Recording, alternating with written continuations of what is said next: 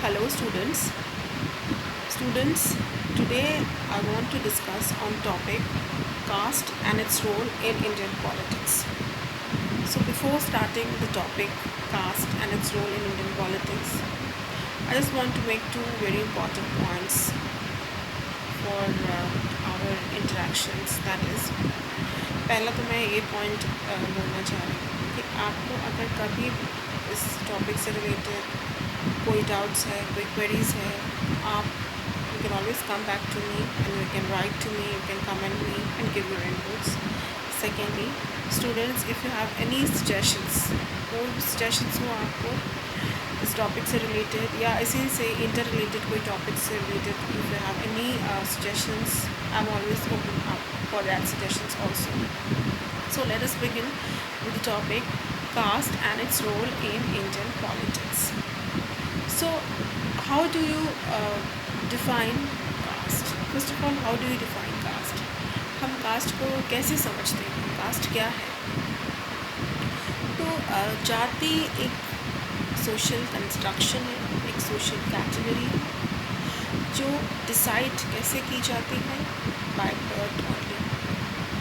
उसका कोई और विकल्प नहीं है कि बर्थ के बाद हम इसको डिसाइड कर सकते हैं, ऐसा नहीं है. By birth your caste is decided that you belong to such and such caste, and so after that there is no chance of, there is very less chance, no, I cannot say no chance, but there is very less chance of mobility in this caste construction. इसीलिए cast को close category भी कहा गया है, unlike class जिसे हम close category नहीं कहते हैं. कास्ट और क्लास में बहुत सारी सिनोनिमस भी बातें हैं, डिस्टिंक्शंस भी है. So right now we are focusing on caste and its role in Indian politics. तो सबसे पहले कास्ट, जाति. एक तरफ जाति है, दूसरी तरफ राजनीति है. इंडियन पॉलिटिक्स बहुत बड़ा एक आधार है इंडियन पॉलिटिक्स का हमारे समाज में.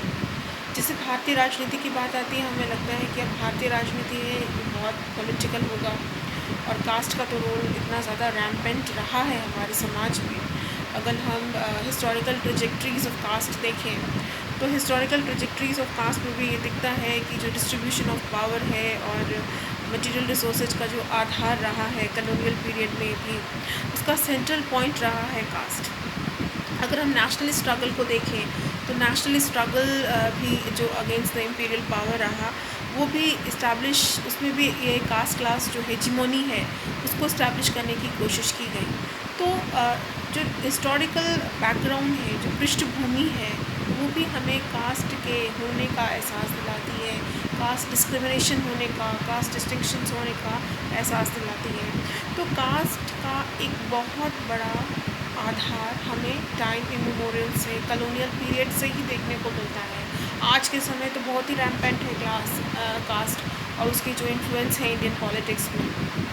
So before going into the influencing part of the Indian politics, first begin with what exactly is the most important question that is there in Indian politics regarding caste. So for me, the very important question is that in India's democratic politics, why caste is still playing a dominant role.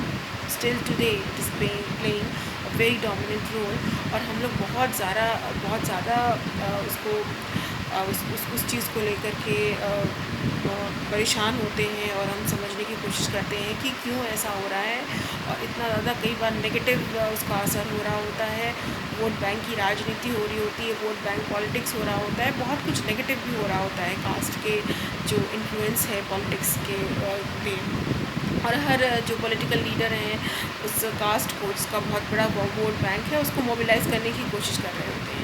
तो क्यों कोशिश कर रहे होते हैं? क्या ये cast जो है, कास्ट का जो कंस्ट्रक्शन है, हमेशा नेगेटिव ही इसकी अंडरस्टैंडिंग रही है, और ये ऐसे ही जो है नेगेटिव आइडियाज़ जो है इस कास्ट के थ्रू, उसके इन्फ्लुएंस के थ्रू हमें पॉलिटिक्स में देखने को मिलता है?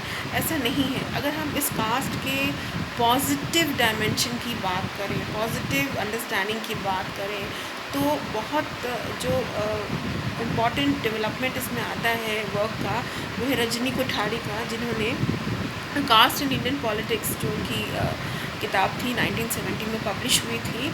उस पे बहुत अच्छे तरीके से उन्होंने कास्ट को एक पॉजिटिव डायमेंशन से समझाने की कोशिश की है। वो पॉजिटिव डायमेंशन क्या था? वो पॉजिटिव डायमेंशन था स्ट्रक्चरल एंड फंक्शनल अप्रोच के थ्रू। वो कहते हैं कि cast no doubt is a very important social structure in our society which is a very dominant role to play even in times that is going to come, उसमें भी उसका role होगा no doubt। तो ये जो structure है उसका क्या फंक्शन हो सकता है? क्या इसका सिर्फ नेगेटिव फंक्शन है या पॉजिटिव फंक्शन है? तो अगर हम पॉजिटिव फंक्शंस की बात करें तो किस तरह के पॉजिटिव फंक्शन है? पहला पॉजिटिव फंक्शन हम कह सकते हैं पॉलिटिकल सोशलाइजेशन है, ठीक है, राजनीतिक समाजीकरण है।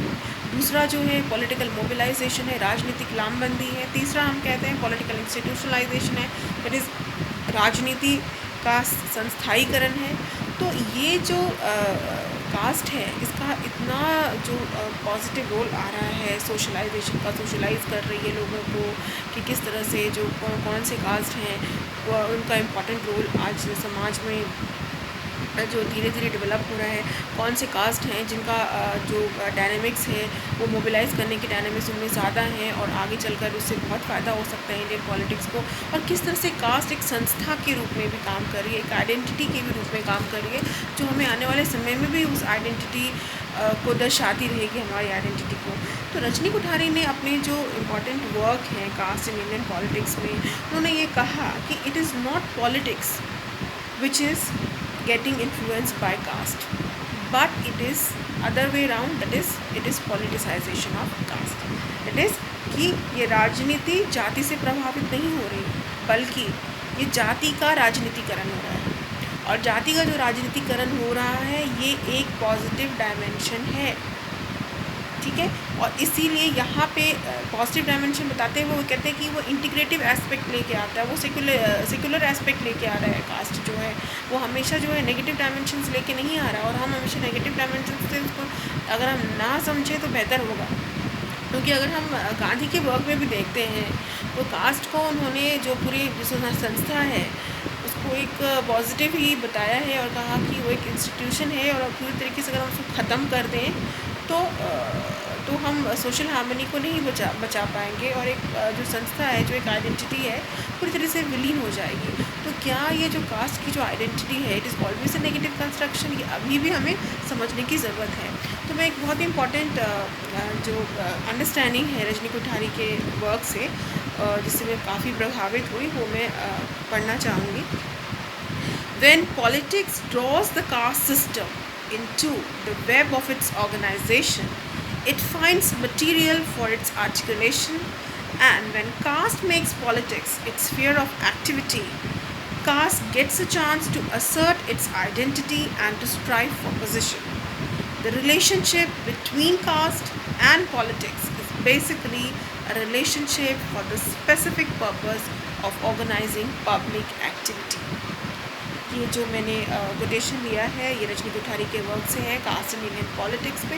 तो ये आप देख सकते हैं किस तरह से उन्होंने इसे एक पब्लिक एक्टिविटी बताते हुए और एक पॉजिटिव कॉन्नोटेशंस देते हुए कास्ट को समझाया है कि ये किस तरह से वोटिंग पैटर्न को इन्फ्लुएंस कर रहे हैं, इलेक्शंस के डायनामिक्स को इन्फ्लुएंस कर रहे हैं, नेक्सस बना रहे हैं, जो भी बना रहे हैं कहीं ना कहीं इस कास्ट के जो डायनामिक्स है उसमें एक आधार जो है कहीं ना कहीं स्टेबिलिटी का है, कहीं ना कहीं सेक्युलर एस्पेक्ट का है, इंटीग्रेशन का है, अपार्ट फ्रॉम द नेगेटिव।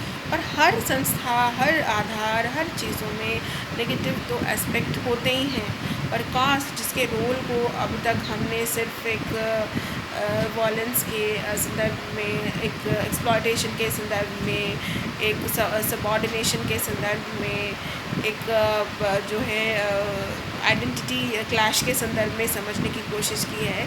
तो रजनी कोठारी के काम ने, उनके वर्क ने पहली बार कास्ट को, जो वो पहले स्कॉलर थे जिन्होंने कास्ट को इतने बखूबी बहुत अच्छी तरीके से उसके जो पॉजिटिव एस्पेक्ट है, जो इंटीग्रेटिव एस्पेक्ट्स है, जो सेक्युलर एस्पेक्ट है, उसको समझाने की और हमारे सामने लाने की कोशिश की है।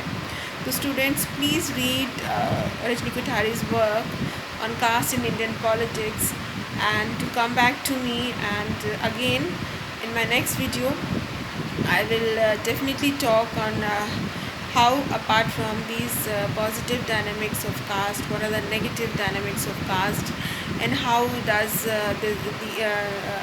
and what led to the Dalit movement, what led to the emergence of Dalit movement, and what are the views of Gandhi and Ambedkar, what are the debates of Gandhi and Ambedkar on caste, and many other dimensions of caste, because caste has many dimensions.